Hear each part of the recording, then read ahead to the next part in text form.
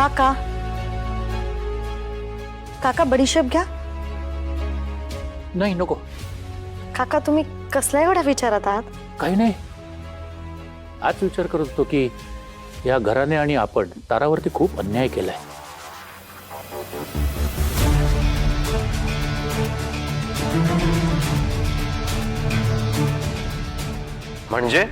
म्हणजे तारा ही श्रेयस करता आराध्या बनून आपल्या घरात राहते.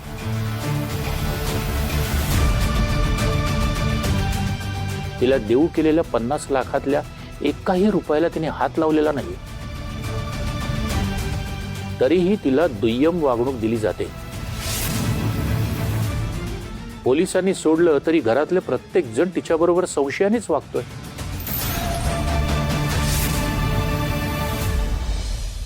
हे काय चाललंय यांचं? एवढा का पुळका आलाय ताराचा? मला कल्पना आहे. घरातील काही जण तर ती श्रेयसची बायको आहे हे देखील मान्य करायला तयार नाहीये.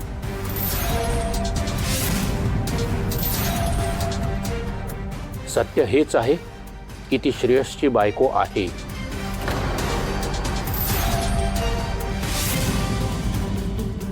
आणि श्रेयस कसाही वागला तरी ती बायको म्हणून कर्तव्य करताना कुठेही चुकत नाही. 100% बरोबर बोललात तुम्ही. आजी पण पूर्णपणे फिरल्या. मी घरात आल्यापासून पाहतोय ताराला घरात नोकर असल्यासारखी वागणूक देत आहेत.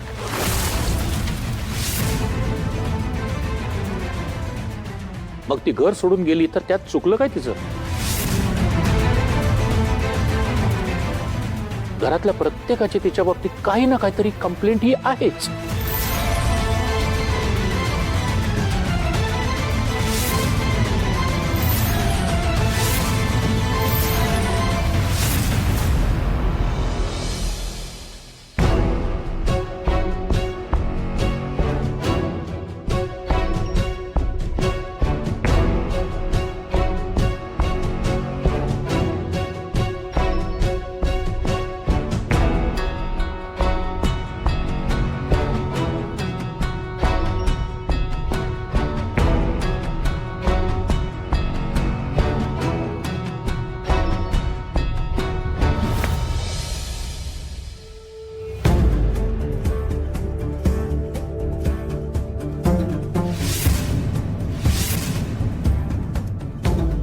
पाणी तर संपलंय.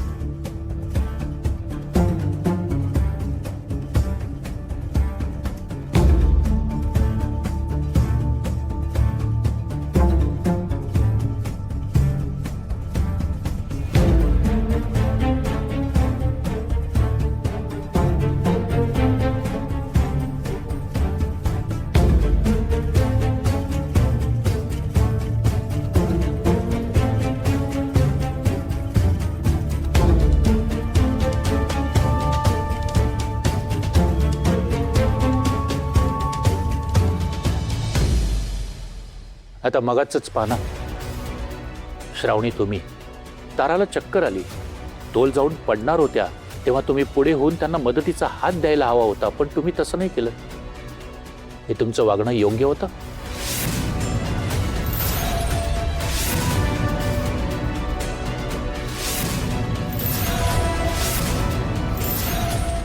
आणि श्रावणी, प्रत्येक गोष्टीत तू सतत तिला विरोध करत असतेस.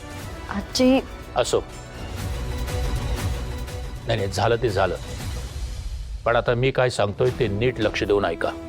तारा ही श्रेयस करता आराध्या बनून आपल्या घरात राहते. ताराच्या मनात श्रेयसविषयी प्रेम आहे.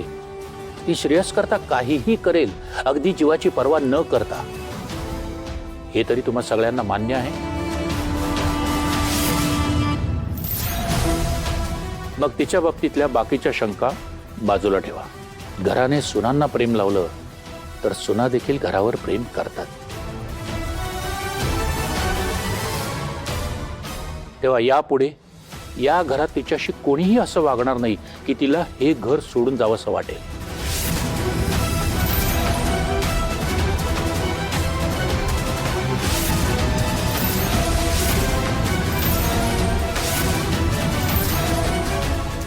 त्यामुळे श्रेयससाठी आणि या घरासाठी तिने इथे राहणं योग्य आणि ते गरजेचं आहे.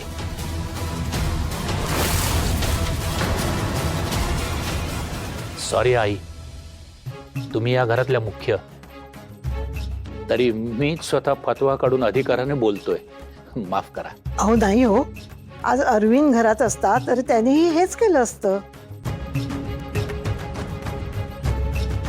अहो सध्या तुम्ही त्याची जागा घेतलीत, तेव्हा तुम्हाला हक्कच आहे बोलण्याचा.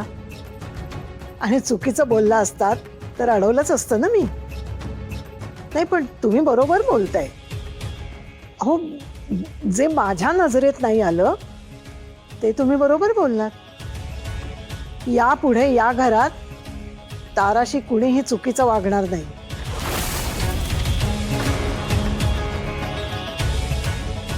अहो तिने यशोधरेला काही केलंय हे पोलीस सुद्धा सिद्ध करू शकलेले नाहीयेत. आपल्याकडे तिच्यावर राग धरून राहायला काहीच कारण नाहीये. तेव्हा यापुढे या घरात ताराचा अपमान होणार नाही.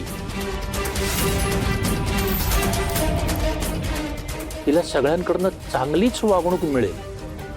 ही प्रत्येकाची जबाबदारी आहे, हे लक्षात ठेवा.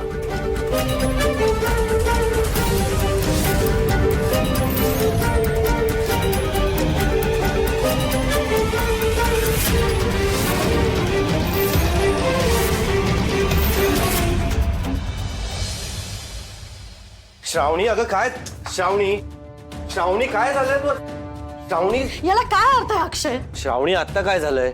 आता दयानंद काका पण ताराच्याच नावाचा जप करतायत. घरात आलेल्या प्रत्येक नवीन माणसावरती तिला स्वतःचीच चालवायची असते.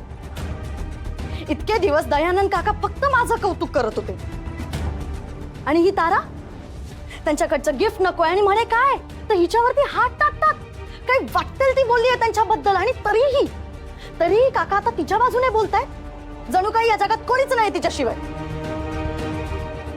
नाही, या पाड्यातल्या मुलींना ह्या अशाच असतात. श्रीमंत माणूस दिसला की त्यांच्यावर जाळ टाकतात. श्रावणी प्लीज शांत हो, चिडू नकोस. चिडणार मी, कारण मला खरंच खूप राग आलाय. त्या ताराने आधी त्यांना विरोध करून जणू काय मी किती स्ट्रॉंग आहे असं दाखवलं, आणि काका त्याला भाळले. आता फक्त तारा तारा तारा तारा करत असतात.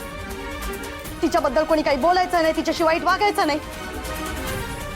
आणि मी तिच्याशी नेहमीच वाईट वागणार, आणि तू मला समजवायचा प्रयत्न करायचा नाही, कळलं?